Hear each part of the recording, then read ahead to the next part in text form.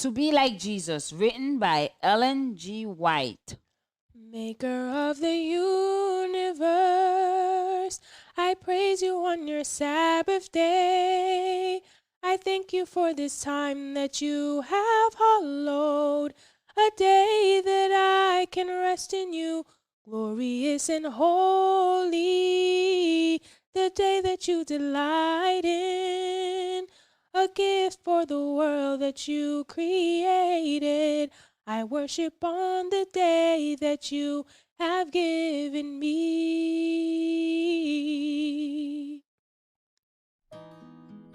The day that God made holy. May 1st, God's people to keep the Sabbath. And on the seventh day, God ended his work which he had done, and he rested on the seventh day from all his work which he had done. Genesis chapter 2, verse 2. God sanctified and blessed the day in which he had rested from all his wondrous work. And the Sabbath, sanctified of God, was to be kept for a perpetual covenant. It was a memorial that was to stand from age to age till the close of the earth history. God brought the Hebrews out of their Egyptian bondage and commanded them to observe his Sabbath and keep the law given in Eden. Every week he worked a miracle to establish in their minds the fact that in the beginning of the world he had instituted the Sabbath. In the third month, they came to the desert of Sinai, and there the law was spoken from the mount in awful grandeur.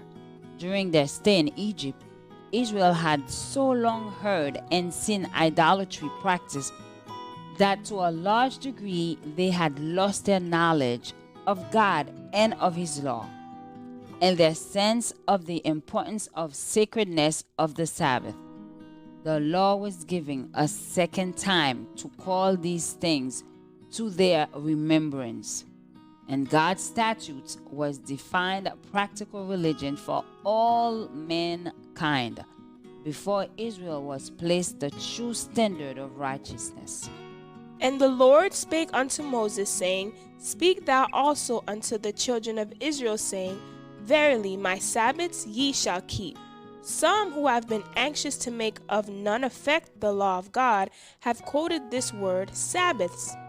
Interpreting it means the annual Sabbath of the Jews, but they do not connect this positive requirement with that which follows.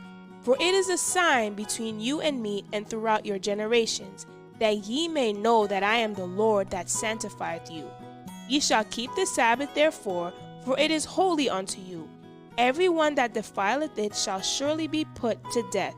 For whosoever doeth any work therein, that soul shall be cut off among his people. 6 days may work be done, but in the seventh is the Sabbath day, holy to the Lord.